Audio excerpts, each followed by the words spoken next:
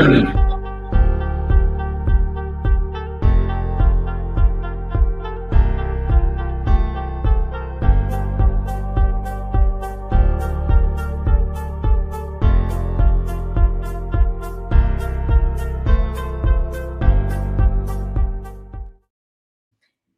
everybody, welcome to day 8 of the 12 days of page turners. And like I say, every day it is the most happiest time of the year for me. You guys know I have so much fun doing this. I meet so many amazing authors. And speaking of that, I have brought you an entire new lineup of authors, new promotions, new genres, all the good stuff. So that's enough for me, you guys, because I know you guys don't want to hear from me. Let's bring up our first author. And our first author is going to be Christine. So Christine, hey, how are you? Good. How are you? Well, I am doing good. So tell us all what genre you write in and how long you've been a writer. So I've only been a writer for 1 year. I write in children's books, nonfiction.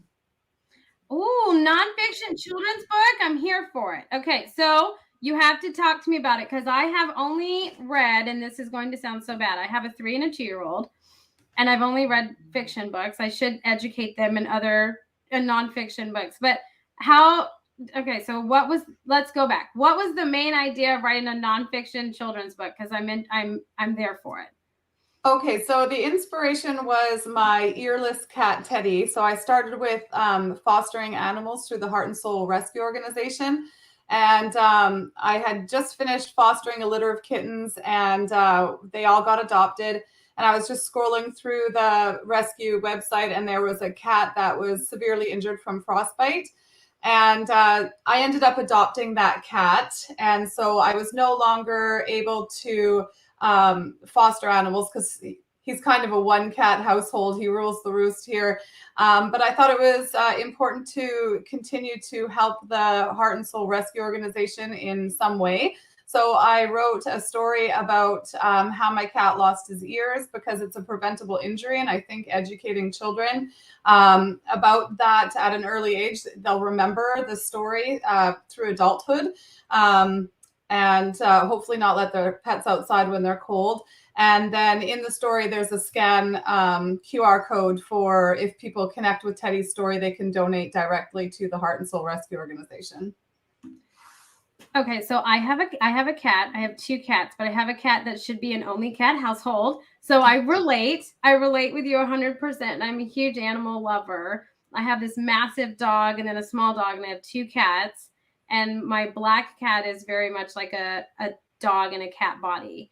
And I let him out. And I know when it's really cold, like he starts whining or yowling or whatever at my door. So I think that's a beautiful thing that you want to educate people, and help them do that, to take better care of animals. Because I think that that's something that isn't necessarily always talked about, how to take the best care for them. So I love that. And you're doing it with little kids. So My Children's Need Your Book. Okay. Like that's how this works. The 12 days, it's really for everybody else, but I'm the one that goes broke during the 12 days because I buy everybody's book. Everyone in my family gets books. My kids get books. It's how this goes. So you're really, I love that.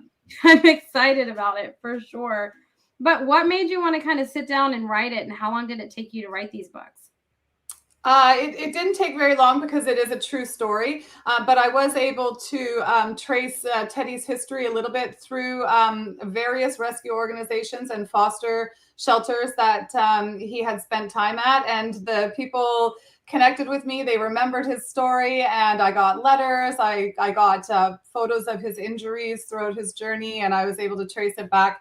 So I was able to bring the story to life, and it's called Teddy Loses His Ears.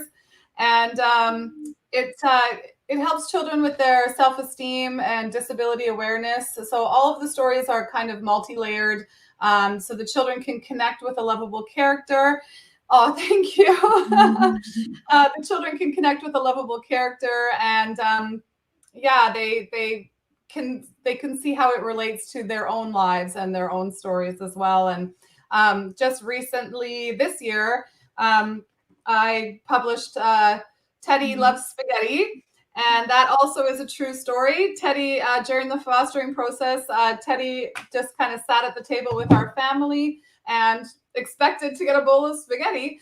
And so this story talks about pet nutrition, alternatives to food-based rewards for humans and for kids, and it kind of educates them on healthy eating and nutrition. and diabetes awareness, actually, because if you feed toxic foods to your pets or the wrong foods to your pets, they can get diabetes, and kind of humans can get diabetes too. So it's an introduction to telling children about friends at school who might have an electronic diabetic circle on the back of their arm. My nephew is type 1 diabetes, and he has to wear that electronic circle, and I'm sure he fields lots of inquiries from other students about why he has that on his arm. So I just want children to know it's okay to ask those questions, and because everybody has a story. See, what a fun way to just, make it where kids, are learning those values and understanding the differences and everything like that. And with Teddy, I think that that's a cute way of doing it. And your cat, yes, your cat is adorable. I'm not massive. Like I used to not be a cat person. And that's the story behind getting my cats is I took my husband to look at cats because he loves them. And I was going to sneak over to the puppy section and get a puppy. And I came home with 2 cats. Like, that's because I was a sucker. And the lady's like, oh, well, cats do better in pairs. And when I picked up my black cat, it started purring. And so I was like, well, I guess you're coming home with me. And I went for a puppy and I came home with 2 cats. So it's perfect. Yeah, bonded cats are the sweetest too. So that's great. I love it. And I think it's important. And I think my kids really resonate with animals and learning lessons, with books that have animals and stuff. So who did the illustrations in your books? Because your covers are beautiful. Thank you. I actually met her through Marketplace. She was doing handmade cards to raise some money to put herself through nursing school. So I had the ideas for the covers already, and I just thought I'd test her out and see what vision she comes up with a picture of my actual cat. And she nailed it. So when I went to go pick up the drawings, I told her I had written 2 stories, and I asked her if she would be interested in illustrating them. And we collaborate really, really well together. And it turns out that she's the daughter of a superintendent who works in my agency. And so people who bought the book after, they're like, I recognize that name. So we have kind of like the 6 degrees of separation thing. So it was in the stars. It was fate. We were meant to meet. I love that. What a small world. Oh my goodness. Those stories to me are so beautiful, and like books that are, family inclusive, where it's like a sister's pushing one to write a book and then the uncle's illustrator. Like I love those, and I tend to find those a lot with children's books. And I think that's what makes children's books so special, is because I feel like so much like love and time and creativity and stuff really goes into it, but just the atmosphere, I guess, of it. So that's a cool story. I love that. It is. It was originally supposed to be me and my daughter writing and illustrating the book together, but she's only 8 and she's a wonderful artist, but she just kept kind of writing her own stories and not sticking to the storyline in my story. So maybe in the future. Right on. There's a possibility for a collaboration there at some point, but she kept going off tangent. I get it. My daughter. But now that she's writing her own stories, she's giving me great ideas too. Right. See, I love that, because by you writing this children's book and letting her be a part of it and everything like that, you're inspiring her to write as well, which I think is one of those things you don't hear very often of kids, especially that age, writing or having any kind of like creativity in that sense. So when did you start playing around with writing and everything like that? Well, I used to travel a lot, so I would just kind of blog my travels. Before blogging was a thing, I would just email my adventures to family and friends, and everyone was like, oh, your stories they're just so amazing, and your writing is great, so you should get into writing. And I did kind of put pen to paper at one time or another, and I was going to write a dating disaster story, like a Bridget Jones meets Sex in the City, because between me and my friends, we've had some pretty horrible experiences, but excuse me. Yeah, but I've always wanted to do a children's book. See, I admire that, because I'm not. So everyone on here, everyone listening knows, like, I'm not a writer by any means at all, and so I live vicariously through you guys. So it's definitely like one of those things where I don't know. To write a children's book, I feel like would be fun but hard at the same time, because it's like getting the age range right and then the illustrations right and stuff. So did that take a long time and process for you to do, or was it something you nailed right out? Sorry, I don't know. I've been there. I have been there. That's why I have a cup. I've been there. I get it. I know, and I forgot to grab a drink. So I adopted Teddy Easter in 2021, and I had the story out by October 2021. So the process of writing it was easy because it was all true. And so just simplifying the language for children was a little bit of a challenge, but and then storyboarding everything and making sure we met all the requirements and got all the ISBNs and that sort of thing. So yeah, it took about 6 months total. Oh, that's cool. Because then you just had to do all your research about what all you needed and putting it together and doing all of that. Yet Lizzie has 8 cats herself. See, Wow. Yes, I don't know if I could dog and have 8 cats. My cats and my big dog don't get along at the moment. So if you have tips or you want to write a children's book about helping them get along, I would love to read it as my 30-year-old self. I would love to read it because it hasn't happened. It has not happened yet. But I know that you're offering a holiday special this holiday season. So can you tell us what your special is? Yeah, so I'm so sorry. It's okay. I had COVID last week, so I think you're recovering. Oh my goodness. And you still came to hang with me. I feel so honored and special. Oh my goodness. I understand what that's like. I had COVID myself, so I understand. Oh, I'm sorry. Any teddy book that is purchased for the month of December, $1 from every sale is going to be donated to the Heart and Soul Rescue Organization.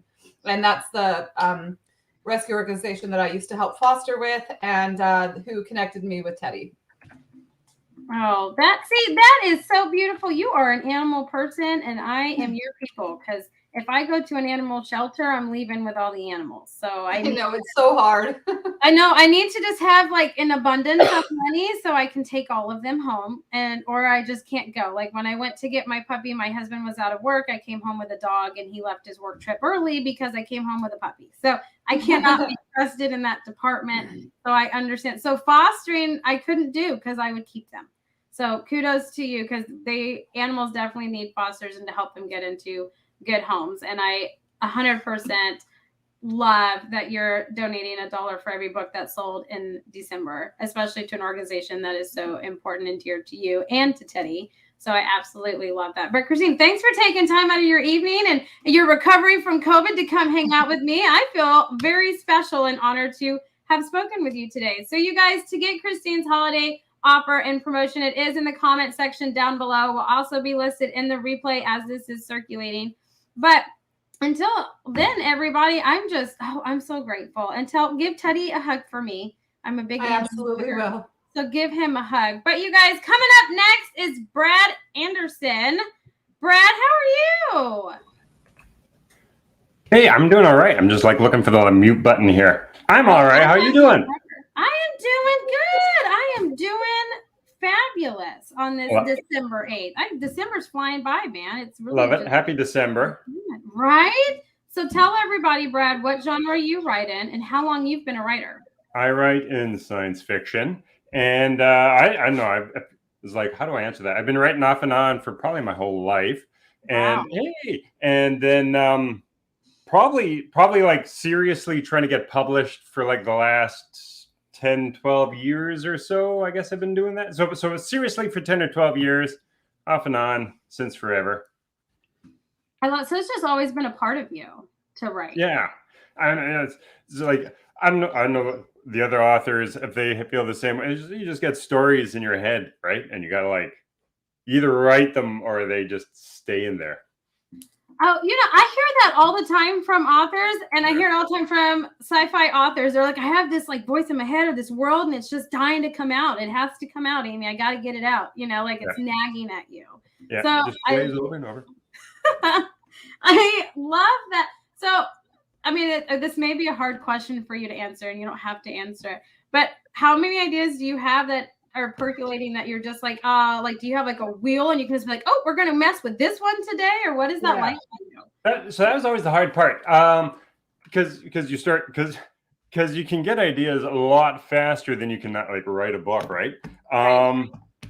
So I can get ideas really quickly in a lot of them, and a lot of them will kind of clonk around in my head. So usually what I end up doing, like I have a big notebook where I have ideas and things like that. So the images that kind of come up, I write them down. And then I don't know, I often find, I focus on one story, and then as I find, like I'll do a draft of the story, and then I have to let the draft sit for a long time, so I forget about it, so I can come back to it with fresh eyes. Then I'll start working on something else in that time. So I might do some short stories. And so, yeah, I sort of find like as I get to the end of one of the stages of writing what I'm working on, I'll start thinking of like, oh, all these ideas, which are my favorite right now, or which one's burning a hole in my pocket right now. So that's kind of how it works. I don't know, it just kind of works out somehow. Yeah. Yeah. You're just like, this one sounds good today. I like that idea. This one sounds good today. Yeah. And yeah, sometimes like you just find and so I've gone through a lot of things, like, you're like, I want to write this story, and you try to grind it out, and it's like, this doesn't really work. And then there's some ideas where it's just like, man, you just sit down and it's like fire comes out, and it's like that's it's sort of the difference between writing the story you think you should write versus writing the story that you actually want to write. And I kind of learned to ignore the I should write this, and to just let the I want to write this, just let that fly.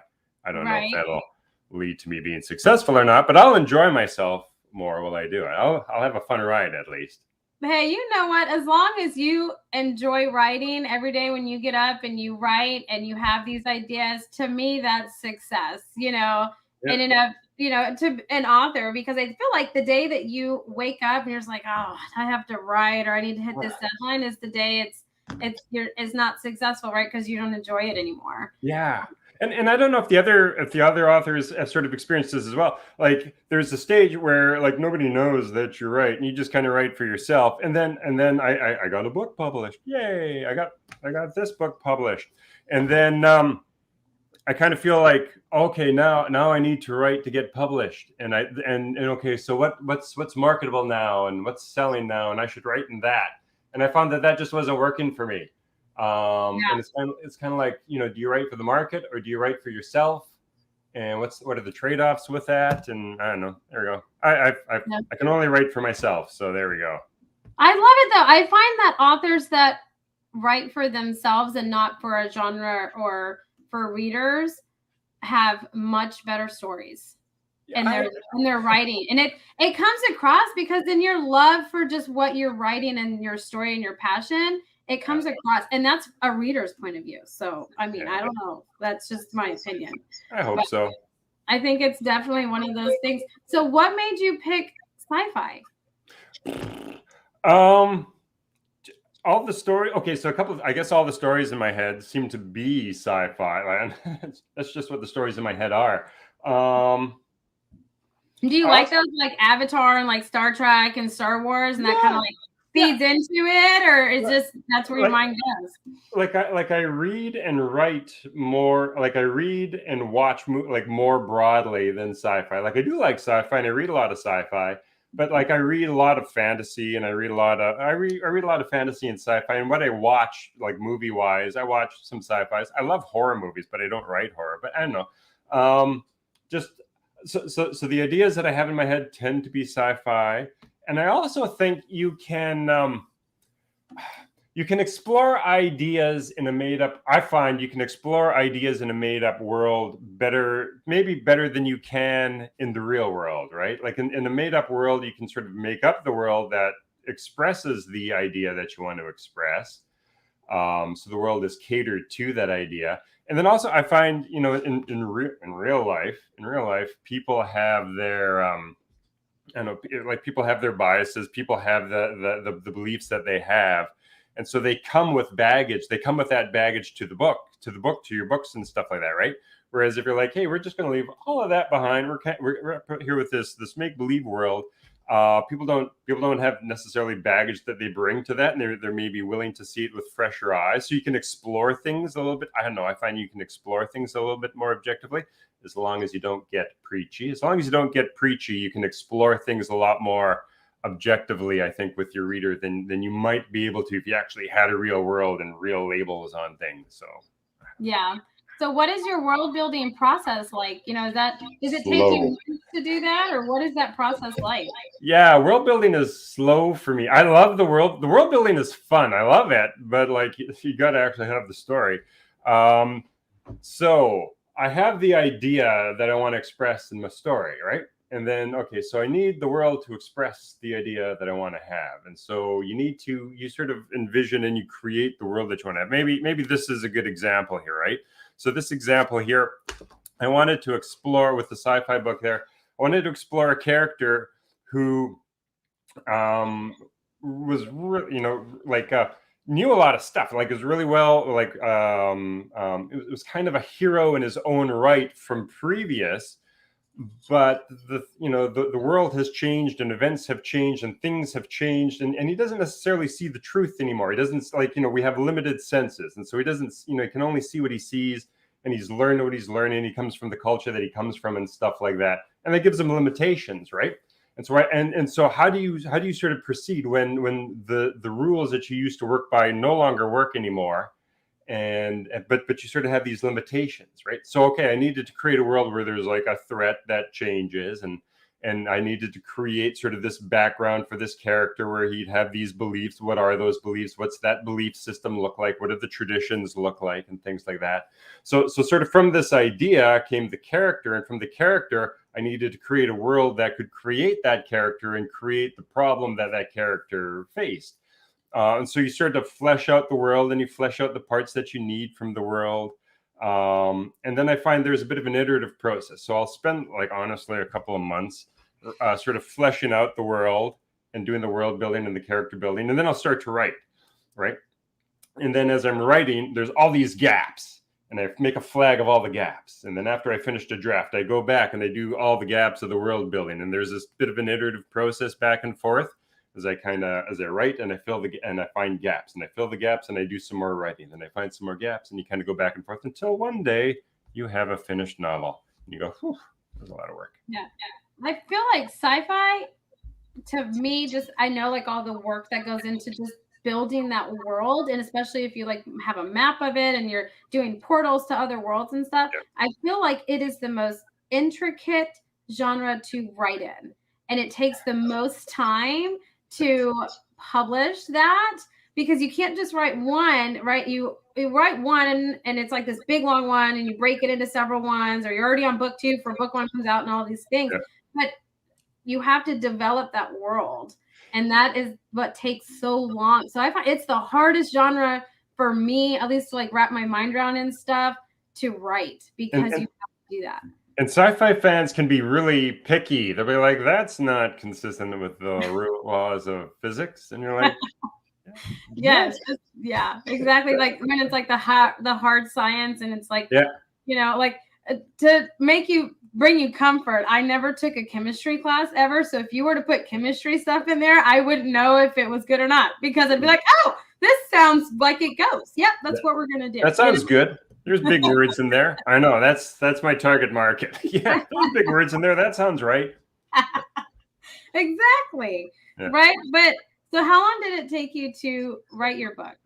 So it takes me a couple of years. So I work full time. I work full time as a university prof, and so I kind of do it on the side. But it usually takes me maybe like 2 years to write a novel, maybe 2 years to write a novel, and that's just kind of on the side in the evenings and stuff like that. So not full time, about 2 years per novel. I wish it was fast. I hear all these other authors are like, oh, I write like 1,000 words a day and a novel a month. I'm like, oh, how do you do that? I wish I could do that. Anyway. So you don't do NaNoWriMo. That's what I'm guessing. You don't do that? No. It's just a slog that never ends. Yep. No, to be fair, I mean, everyone that watches or knows me knows, right, that I'm not a writer. I live through you guys. But I would cheat. I like loopholes. Okay. I like loopholes. And I feel like if I just needed to write 500,000 or 50,000 words, I would just rewrite the word "the" continuously to hit the number. Like I was a loophole, right? Really big. It's not technically wrong. I mean, it's not a story, but it's definitely one of those things. But I think I'm a firm believer that it doesn't matter how long it takes to get a book out, as long as it's the quality and standards that you want it to be. Yep. Yeah. Right. So I love that it took you 2 years, because you had to world build that thing, man. You had to build the world. Okay. That takes a long time. So I'm here. And I'll find like during the draft, like I do, like it's a lot of drafts, and I'll find like during the drafts, like I always have to let it sit. And so usually I'll let it sit, and then like I'll do a couple of short stories. So I'm like, oh, I'm like progress. I'm actually finishing something. So I'll do a couple of short stories and go back and edit another draft, and then do a couple more short stories. So you get some progress in there as well. Yeah, and every time that you write and publish a book, I feel like it makes you a stronger, better writer, and you can condense things down that maybe took a long time. Right? I feel like every book you publish, you are learning something. You know, so I love that for sure. So when did this book come out? So it has a shaded history. It originally came out in 2019 under Bundurian Press, but then Bundurian Press, the guy retired, and I got the rights to the book, and then Shadowpaw Press picked up the rights to the book. So it's just out, sort of given a second life by Shadowpaw Press just this year. What is it? 2022? Yeah, where am I? 2022. You're like me. You're my people, because I'm doing good to remember my name or have my head attached to my body most days. So I love it. I love it. So I know that you're offering a holiday special this holiday season. So can you tell us what that is? You bet. If you go, and hopefully you'll have the links in the chat there, but if you go to Shadowpaw Press and you enter the coupon code Xmas 2022, because that's the year, I know that. If you enter the coupon code Xmas 2022, you get 20% off the book. So yay. I love it. So what's next for you? Are you going to write another one? Is this a series book? What are we doing? Everybody who's read it is like, so when's the next book coming out? I'm like, this is just a standalone. Which might break some hearts. I don't know. But right now I have another manuscript that's finished. That's I'm kind of trying to find a home for. I've, sort of working with that. And then I'm working on a new one, not completely new, completely different. So I got little projects that I'm working on, trying to shove forward. Yeah, you got ideas percolating and everything. I got ideas. Are you going to stay in your sci-fi realm, or are you going to branch out a little bit? Right now, I find it's kind of like, I find it's more sci-fi fantasy-ish. I kind of find, sci-fi fantasy-ish, sci-fi with shades of fantasy. Yeah, that's your realm. I like it. Yeah, I'm here for it. I love it. But Brad, man, thanks for taking time out of your day. I'm sure you have worked being a professor and everything long people. So it's all good. I love it, and I'm so excited and grateful that you decided to join the 12 Days of Page Turners this year. Thank you very much. Looking forward to hearing everybody else now too. Oh yeah, I'm so excited. So coming up next is Randy Lee. Randy, how are you? I'm good. How are you? Oh, I am doing good. I remember our last conversation, so I'm so excited to talk to you because it was so much fun. So tell everybody. It was. I know. It's been a long time. Tell everybody what genre you write in and how long you've been a writer. So I mostly write in nonfiction, but I do have some kids' books and some short, scary stories. I've been writing forever, published since 2017, but when I was little, I used to write a household newspaper and make my mom read it because I know she was super interested to know like what I was doing playing Barbies. I love it. I love it. That is that's one of the coolest first like writing stories I've ever heard. I love that because your mom wanted to know what you were doing with your Barbies and playing. She was totally interested in that. And so I love that that was your first like dabble into writing. So how did it evolve into where it is now? So from there, then I started writing skits and forcing my cousins to act them out with me. Nice. Family affair. I like it. And then as a teenager, I wrote a bunch of poems. That was kind of my coping mechanism for mental health, which turned into my first book. And I also had written a couple plays that they did at the church. And then, I was like, this is so much fun. So I put everything together, those poems that I wrote as a teenager, published them in 2017, and just went, this is a lot of fun. I'm going to keep going. Yeah. So what was that, pivotal moment? Because I feel to put your book out like a first book, maybe it's every book, but especially your first book, to write it and then be like, oh, I'm gonna shop around for a publisher. I'm gonna try to publish it, right? If you publish it yourself or anything like that, what is that like pivotal moment for you where you're like, you know what, I can really do something with this. Like I really want to publish it and take that leap of faith and let people read it and all of that. Like what pivotal moment was that for you? So I always said that I was going to write a book when I was younger. Okay. I had started books and never finished them. I had a typewriter as a teenager, which seems weird because I'm a millennial, but I had a typewriter and I was typing out this really cool fantasy story. Only got like, I don't know, a couple chapters in before teenagerness took over, I guess. But then in 2017 or probably 2016, one of our grandparents died. I can't remember if it was my grandma or my husband's grandpa. But anyway, so they had passed away. So we were downstairs in the basement cleaning the basement because I don't know, that's apparently what we do. So we were cleaning the basement. I found all of these things that I had written as a teenager, and I was like, huh, these are pretty good. I like them. But they're just sitting in my basement doing nothing. And so I Right. didn't want to leave them there. Yeah, I didn't want to leave them there just collecting dust, but I didn't want to throw them out either. So I said, well, you know what? I'll just publish them. I'll make them a book. So I wrote a beginning and a little bit of an end and then put all the poems in and I went, okay, there you go. There's my book. And then once it was released, I was like, wow, this is actually it was probably once it was released was more the turning point than before it was.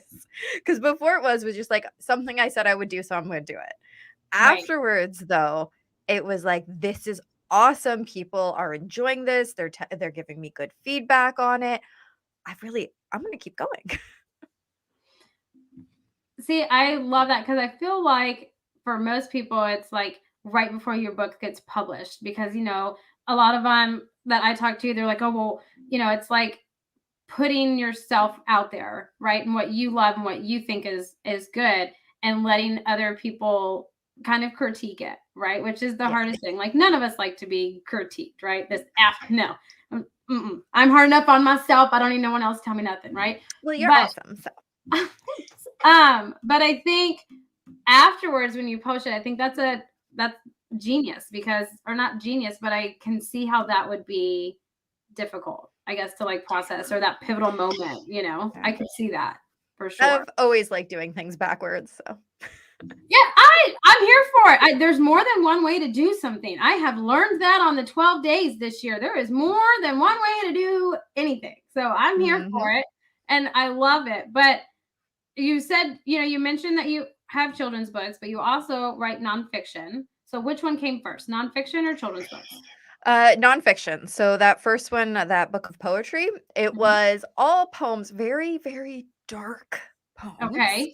And it's all about mental health. So the reason I didn't just release it as a poetry book was because those poems, like I said, are super dark. They were what I used to write as a teenager so that I didn't hurt myself when I was depressed. So they're dark. And so I didn't want to leave people with just this darkness. So I added in a little bit of a beginning to kind of set the scene of why they are so dark. And then at the end, I wrote a little bit to explain, you know what, as dark as those days are, and they still happen, but as dark as those days are, it doesn't even compare to the days that aren't so dark, and they will get better. And so I wanted to make sure to end with that. On a happy note, end on a happy note. Yeah.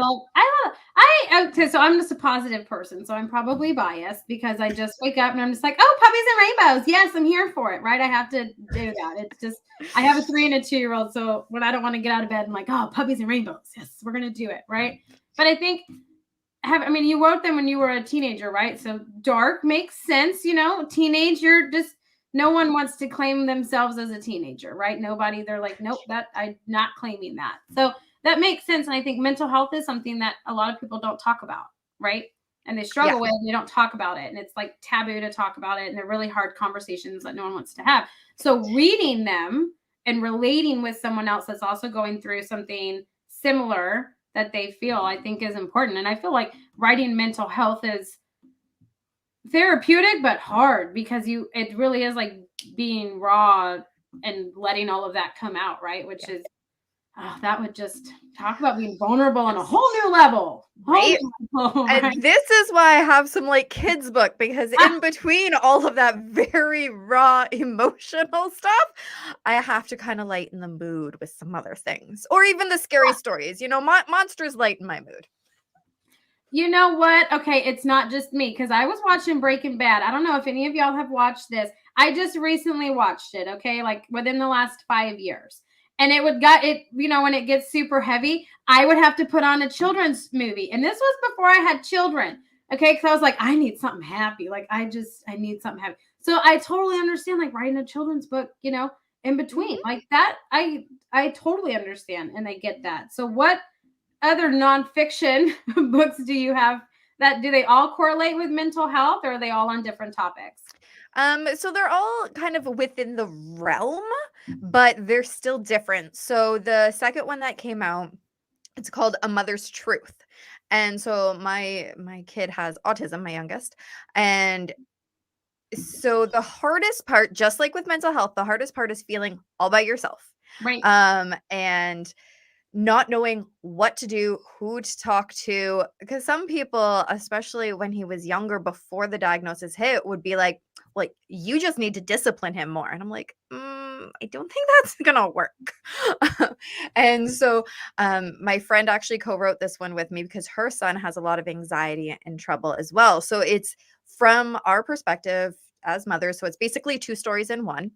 And it just goes through from being pregnant to, I think it's grade 6, is when it got published. So I'm taking notes as they go through their teenage years, because he's 16 now. So when that one comes, it'll be, Mother's Truth Part 2. So, and then what I did is we added in worksheets at the end. So the tips that we're saying, like, when you go to umpteen million doctors, as we do when we have disabilities, they ask the same thing over and over and over. So it can be tedious. It is draining. It's absolutely exhausting. So having just a list of all the things that the doctor's going to ask you and you're prepared, you can just be like, I photocopy this for you. Here you go. See, I love that, because I feel like there's not enough groups or mom groups out there, or resources out there for moms, and the process and understanding your child with autism and trying to communicate with them and all those things, and that can feel so isolating. And so I love that you teamed up with another mom. Yeah, go moms. I love it. I'm here for it. My brother-in-law is autistic, and so if you need pointers when he was 16 and stuff, I can help you, because I was around when he was 7, and he's now 19. So it's been a long time. But you're right about things that people don't like talking about. They feel them, they need them. It's taboo, and they don't like talking about it, or they don't like asking for help, right? Because it shows weakness, and some of us are very prideful people. I am one of them. I will admit it. I am one of them. But I love that, because I feel like those are hard topics to write about, but they're topics that are needed, and it's important. Well, my mom always said that I just said things that people didn't always want to hear. So, I mean, might as well keep going with it. I love it. I love it. I'm very much like that. My mom used to tell me I was a social butterfly, and I would just talk to a telephone pole. Well, I mean, now I'm talking to my computer screen, but it's, kind of the same thing. But there's others on the screen. So not always. Okay. In my dreams, there's not. So not always. But I know that you're offering a holiday special this holiday season. So can you tell us what you're offering this year? Yeah, so for December leading up to Christmas, because it can be a really stressful time for some people. I mean, I love Christmas. It's joyful, but not everybody has a place to enjoy Christmas. Not everybody has family or can go see their family. So it can also be a really, really hard time. So my book Embracing Me, which it just came out last year, which is again, nonfiction, all about mental health and specifically depression in that book. Again, with worksheets at the end. I love me some worksheets. So if you sign up for my newsletter in December, you'll get a free ebook version of that. And hopefully just, keep that conversation going, the one that, people don't like to talk about. I find that to be amazing. And I think it's something that, to commend about, because you're writing about really difficult topics and it's definitely needed. And so I'm glad that you're the one conquering it with such a fun, vibrant energy. You're like my I try sister. hard. And I love it. But Randy Lee, it's always so much fun to talk to you and have you on. So I'm so grateful that you decided to join and party with me and my crazy self on the 12 days today. I'm so excited for it. And I'm so glad that you had me come on. We vibe so well. Yes, I'm telling you, all of you guys that are on here are welcome to Christmas dinner. Like, we're gonna leave here being best friends. So I'll give you my address. We can just be friends. I'll cook more food. It's okay. That's how we're gonna do it. Now that the border's open, I can do that. Yes, exactly. Well, you guys, coming up next is Tosca Lee. So, Tosca Lee, how are you today? I'm great, thanks. Oh, good. So tell everybody what genre you write in and how long you've been a writer. Oh gosh. Well, I write historical, and by historical I mean thousands of years ago. So biblical historical. I also write thrillers. I've got a duology that is a thriller, globetrotting, run for your life, and then my most recent thrillers, The Line Between, which is behind me, and A Single Light are, they both came out in 2019, and they are a pandemic duology. And so book 2 came out like just 4 months before COVID started. And so those are my most recent, but I am going back to historical, and next year I have something kind of new for me, a World War II novel coming out with my friend Marcus Brotherton, who was a best-selling World War II biographer, and super excited about that. And I wrote my very first short fiction of my professional career recently, and that's coming out in March in an anthology contributed to by all women suspense authors and edited by Catherine Coulter. And a portion of the proceeds from that goes to breast cancer research, and it's called Infinity. So that's out in March. So kind of across the board, but I'd say I had to divide it up, it's historical and thrillers. I think that's beautiful, and especially, that it's going to the proceeds of your anthology is going to breast cancer. I think that's amazing. A really deep, important friend of mine was just diagnosed with it, so that's near and dear to my heart for sure. So when did you kind of have that pivotal moment, in your has writing just always been a part of you? Okay, I'm totally going to date myself now.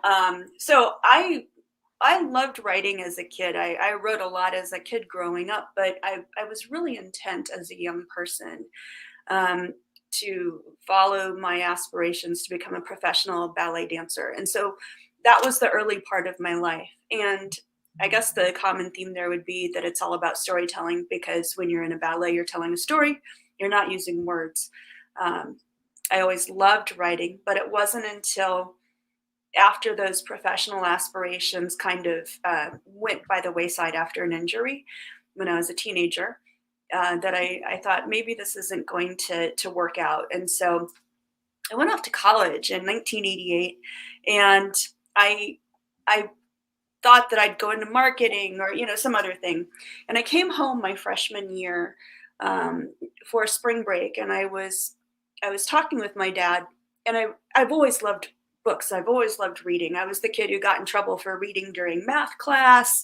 I stayed up late reading. I discovered I could read by the glow of my digital alarm clock, just one line at a time, which probably ruined my eyes, but that's what I used to do. We didn't have video games or things like that back then. So I always loved reading, and I was talking with my dad that day in the car and talking about one of my favorite books. And I just kind of launched off on this thing about how a great novel is a lot like a roller coaster, and it's got its twists and turns and loops.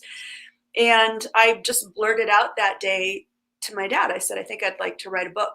And the idea was maybe I could create a roller coaster like that for someone else. My dad said something to me that day that changed my life. And he said, all right, Tosk, I'll make you a deal. I was supposed to work that summer at a bank as a bank teller for the second summer in a row. And it's a job I was terrible at. I don't do numbers well, probably because I was reading during math class the whole time. But so he said, I will make you a deal. I'll pay you what you would have made this summer working at the bank if you write your first novel, do it full time, treat it like a job. And, you know, that was a no brainer. So that summer I came home with my, we called it a transportable computer. It was suitcase size. This is 1989 by then. And sitting there at my desk in my room with all my research books, I wrote my very first novel, which was a historical novel about the Neolithic Stonehenge people. I wrote it on WordStar on the blinking green cursor screen that was only about this big. And I wrote my first novel, and it was really bad, actually. And I get asked a lot by my readers, you know, are you ever going to put that novel out there and share it with us? And the answer is no, because it's in the basement with the skeletons, and that's really where it belongs. It's not of that. It's not good enough. And and I know this because the following year, when I came home for the following summer, I tried to get representation by a New York agency. I wrote to Writer's House, which is one of the premier agencies. And I sent them my query, and I did all the stuff you had to do. And back then that meant including a self-addressed stamped envelope, because you had to do it through the mail and you had to pay for the postage so they could reject you on your dime. And they asked for the full manuscript, and I sent it off.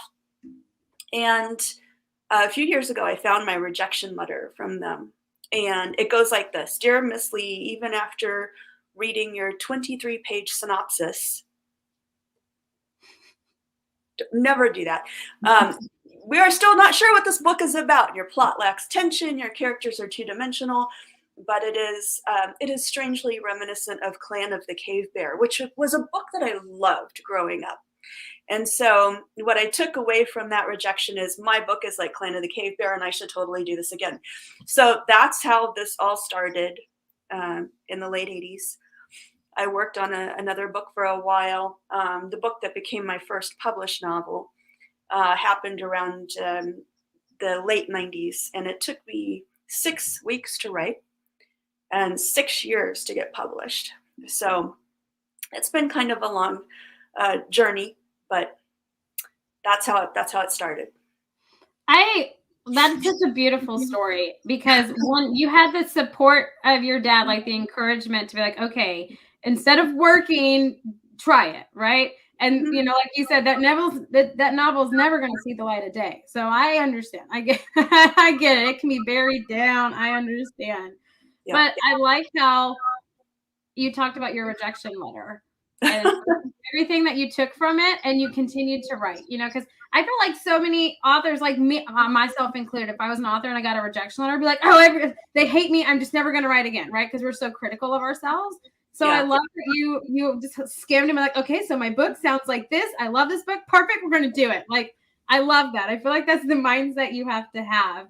And I love the journey of it. I mean, you didn't just get published overnight. Like, it took time. It was a process for you, right? Now you're a New York Times bestseller. You're doing amazing things and everything. And I feel like, you know, a lot of it, I'm not sure if it's fair to say, but to me, it feels like, you know, it all started when your dad was just like, all right, try it, you know, and really kind of push Exactly.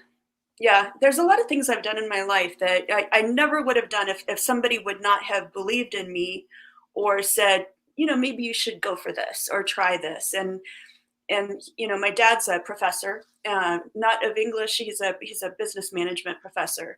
But I think he's always been one to support and say, hey, go after your dream. I mean, he supported me when I was a ballet dancer. He really loved the idea of that. He's always loved the arts. And so, yeah, he definitely changed my my life that day. And I love telling this story about him. And I'm fortunate to still have my dad with me. And every now and then, if he comes to an event, he gets to hear that story all over again. So it's special. And I love that story too, because, mine was not a Cinderella story. I have friends who have got their first novel published, and I'm intensely jealous of them.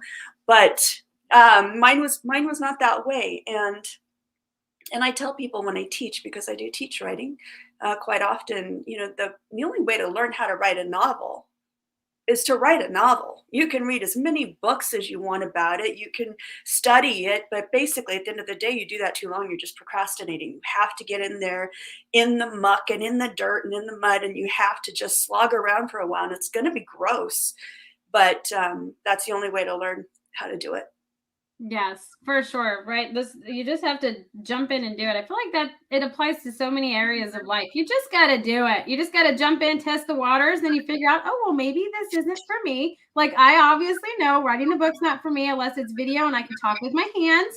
I can nail that, but words, spelling, grammar, all that is hard for me, for sure. So what was the inspiration behind your latest novel? Oh gosh. Well, The Line Between and a Single Light, which is technically technically a thriller, but the second one won an award in the science fiction category, because I guess it's a little dystopian, but not so much these days, since after the pandemic. The inspiration was, so I have this terrible habit of laying in bed and reading stuff on my phone, because the novelty of being able to watch TV, read the news, see videos on this little tiny screen is never worn off on me. And I know you're not supposed to do that, but I do it. And so I was laying in bed one night and I was reading through these articles, and I came across one about these different, zombie microbes and all this stuff that's in the permafrost that's melting, and how scientists are wary at best and leery at worst, about what could be coming out. And then I read a related article about a reindeer carcass that thawed in the permafrost in Siberia, and how a nearby village got sick, and a young boy even died. And so I was reading more and more of these related articles, and I just thought, gosh, that's terrifying, and it's an interesting premise that's been done before. It's not unique, and it's not terribly original. But I thought it'd be fun to take my own stab at it. And I added it to a list of ideas that I took with me to New York when I met with my publisher. I had 2 more books on that contract.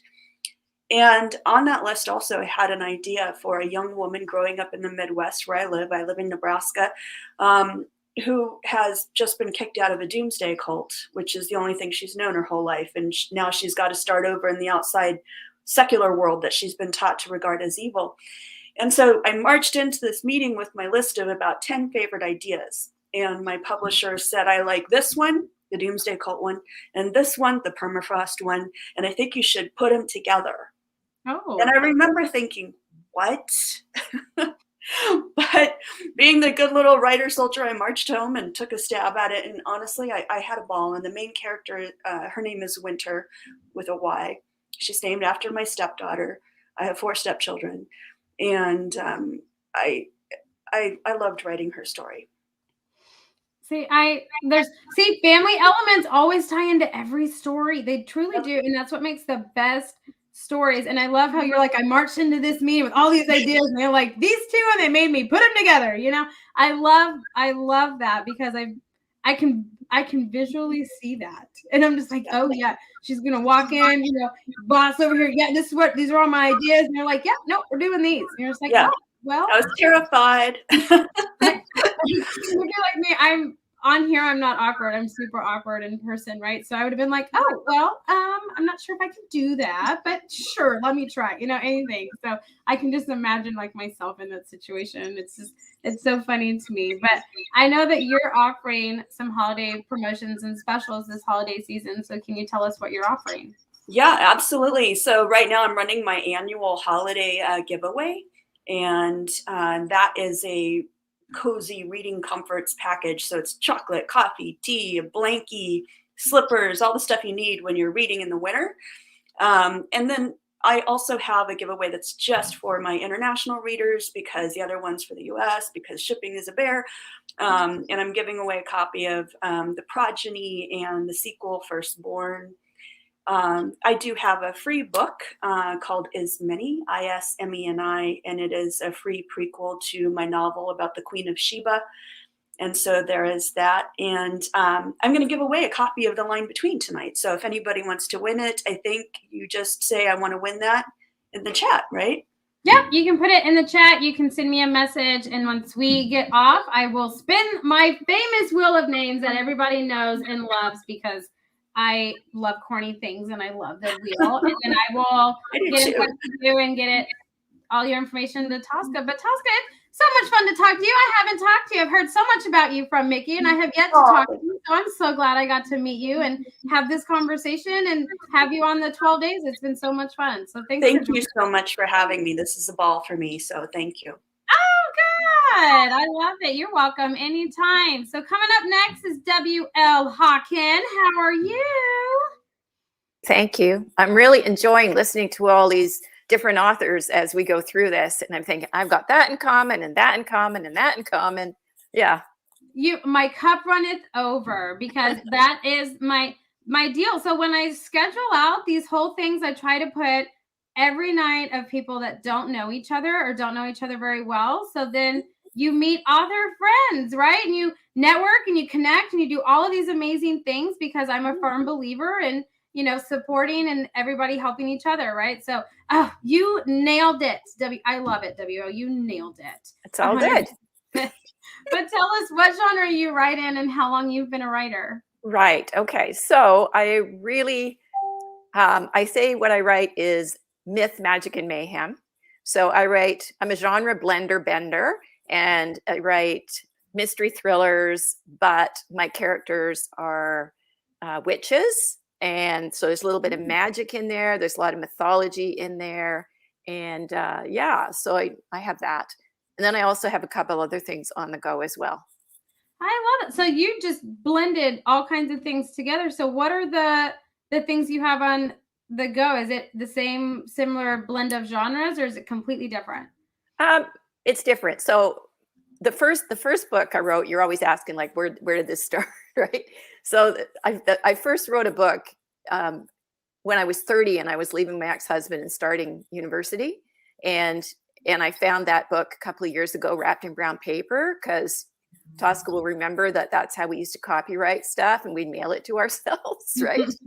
Yeah. And so I found this when I was cleaning, again, down in the basement. Somebody else had that story, Randy. Yeah.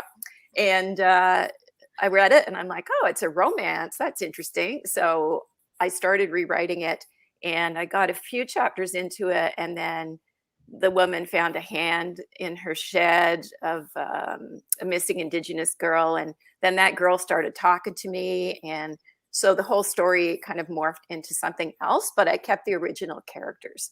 So that book I just released last year. It's called Lure.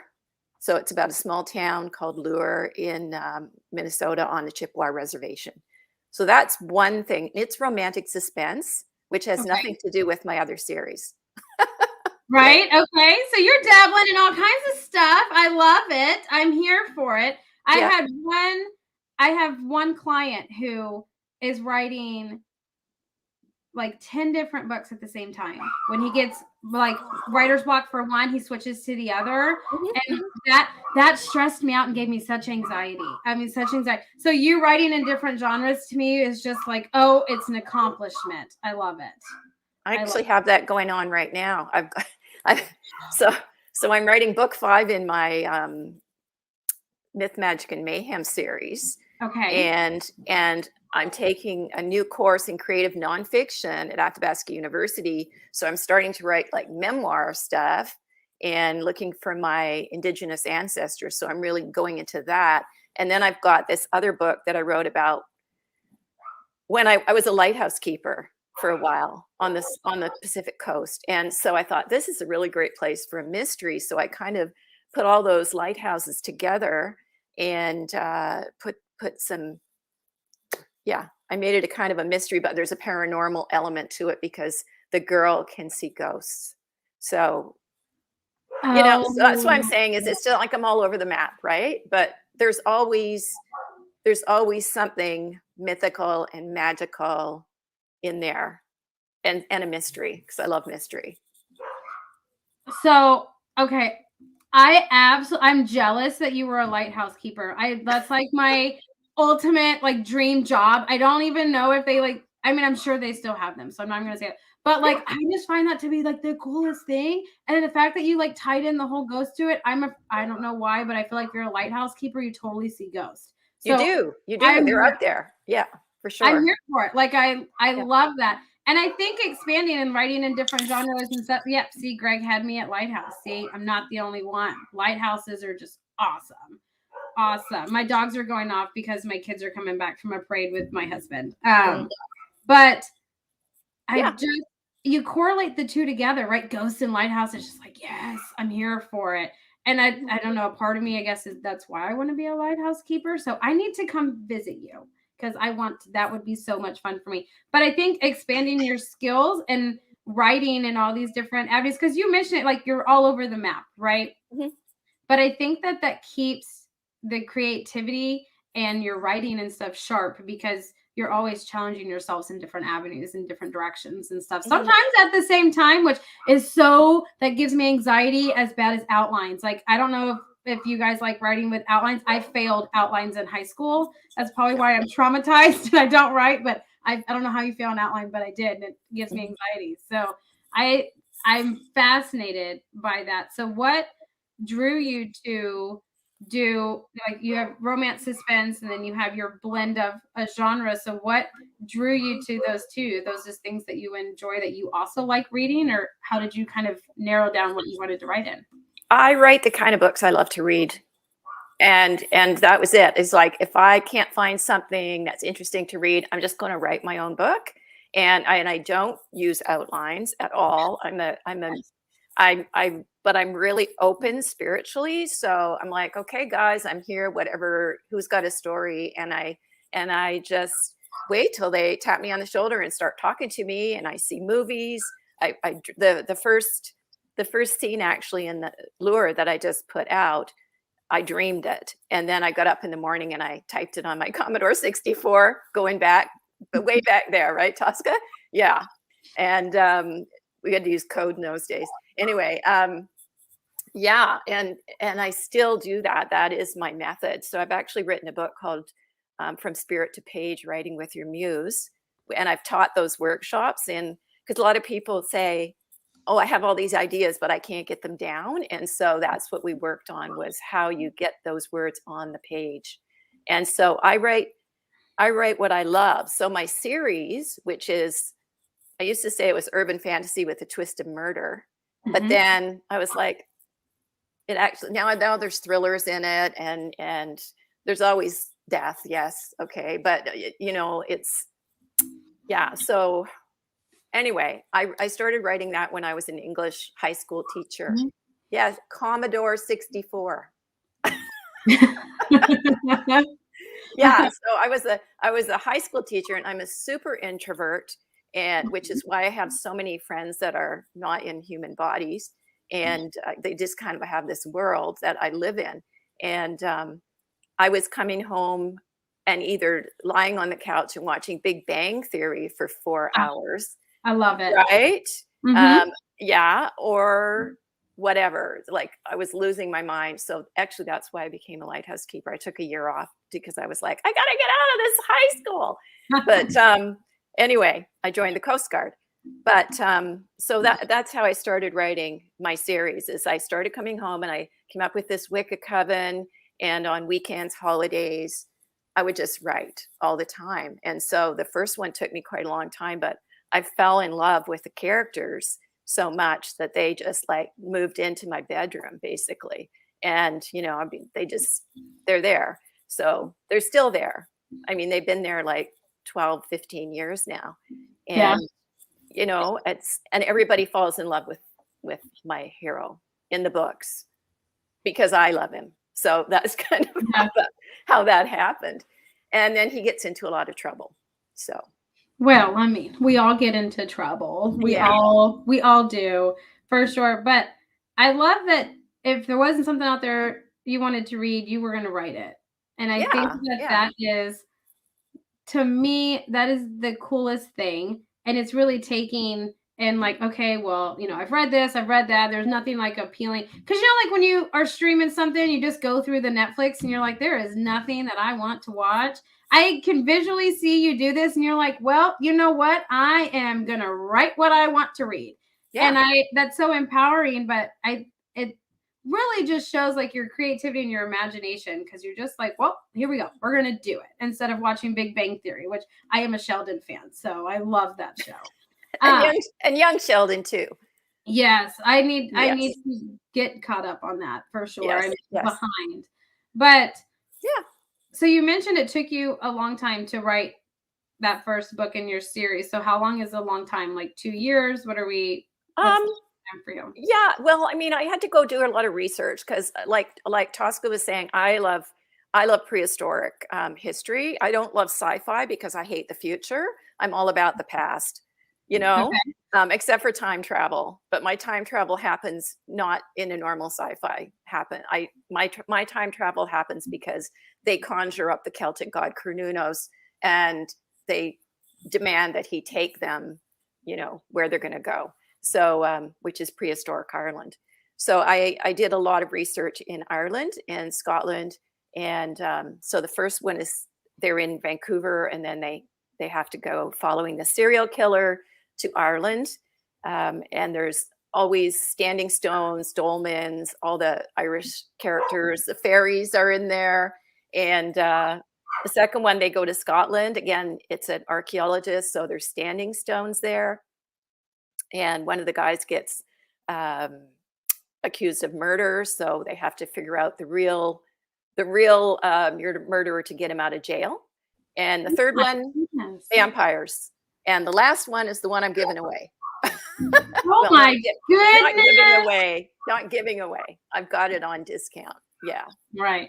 Oh my goodness, that is insane. So did you have to do any research in like Ireland and stuff? Did you get to travel and go there? Yeah, Okay. Yeah. I'm gonna look for you. Yeah, no, for the last one, which is the one that I'm putting up for winter solstice and the 12 days of Christmas for $1.99 as an ebook, but actually it's $7 as a print book. This is like a really good deal, guys, for a paperback. $7 in the States. So that's great. I did a lot of research because he is do you ever see those fists, the bog men that get dug out of the bog and they're kind of squished and they've been in the bog for 2,000 years? Mm-hmm. Maybe not. Anyway, they're in National Geographic. Tosca's going, yeah, she's up on bogmen too. And so I saw this guy and I was like, oh my gosh, what happened here? I really want to know his story. And I started reading, and Dr. Eamon Kelly, who's an archaeologist at the National Museum in Ireland, had done this whole theory of ritual sacrifice of kings. So he's got a big exhibit in the National Museum of Ireland, Kingship and Sacrifice. So I had to go there. So I went there in 2017 by myself and stayed in Dublin alone. Don't do that. It's just not a good idea. I actually got lonely, and I don't normally as an introvert, but when you're in a big city like that, it's weird because everybody else is out there having their thing with their friends. Over the summer, I'm walking around going to the museum to sit with the torso of a bog man. So yeah, it was interesting. So anyway, yeah, so I spent a lot of time doing research and going down into dusty library bins and finding things on Iron Age Ireland, because we don't have a lot of information on Iron Age Ireland. The Romans said a few things, but can you trust them? I mean, I don't know. And then we have the myths, and then we have archaeology. So at one point I had a tea chart that said stuff I know from the notes and stuff I'm making up. And because I had to kind of meld the two. So I did that. I did all the research. I came home and I left it for 2 years. And then I just started writing using my intuitive process, which is to say, what happens now? And they basically give me the whole book. So that works really well. And yeah. Oh, that is interesting. Like I'm trying to like wrap my head around it. You let it sit for 2 years, and then you came back to it and let your intuitive process just kind of work. And I find that to be so fascinating that's how you work and all the research and stuff that you go into. I'm not a world traveler, so I'm going to live through all my world travelers here. I'm not a person you want to have on a plane. Like if there's any kind of turbulence, I'm the person that's freaking out unless I've had enough Bloody Marys, or something, or you just sedate me. I don't know what the best avenue is. So I'm going to live through you, but I have heard that it is gorgeous. So what is next for you? What are you dabbling in now? Well, as I said, I am writing book 5.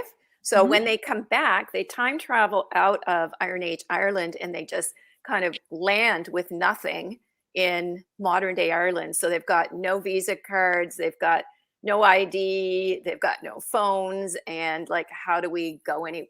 So that's kind of where I left them. But I'm also picking up on book 3. Because in book 3, there's vampires. And because they're time traveling, this wonderful god Cernunnos at the end of To Kill a King gives Estrada a little bit of a perk. And he brings him back before they actually started with the vampires. But he's got all the foreknowledge. So now his big mission is, I'm going to go and kill all the vampires before they do all the stuff that they did in book 3. I can see Brad going, ooh. Exactly. Time travel is mind-boggling. Yes, it is. I'm hopefully I live where I get to see that. But I know you mentioned it a little bit earlier, but can you tell everybody what you're offering this holiday season? I am. So I said, I'm offering To Kill a King. I don't know if you can see this or not. I'm really bad at holding up books, but this is like pretty amazing. These are all tattoos. Woo, there we go. These are all hand-drawn tattoos that the characters have. And this one is To Kill a King. And that paperback is like $7 for print. Is it on Amazon or on your website? And $1.99 for an ebook. Yeah. On Amazon? On everywhere. Okay. Yes. Okay. That way I know where to send them. Okay. Yeah, it's on it's everywhere. So all the other ebook channels as well as Amazon. But the paperback is on Amazon. Perfect. Well, WL, thanks for hanging out with me and coming on the 12 days. It's always such a delight to get to talk to you and for joining me and putting up with my crazy self and this 12 days of page turners. It's always so fascinating. So thank you so much for taking time out of your evening to come hang out with me. And thank you. All right, everybody. I know we went over 8 o'clock again. I know, you guys, but do you blame me? I mean, we had amazing authors with amazing holiday promotions, but the fun doesn't end tonight. So you guys, to take advantage of these holiday promotions, they're in the comment section down below. They will also be listed in the headlines when I post the replay, but take advantage of it because they're not going to be around forever. And remember, Tosca is giving away a free copy, so send me a message or comment on this video that you want to be entered, and I will put your name in my fabulous wheel, and we will get you a free copy of Tosca's latest book that she had mentioned. But you guys, until tomorrow, we got a new round of authors, new genres, and new holiday promotions. I will see all of you guys tomorrow night. Bye, everybody.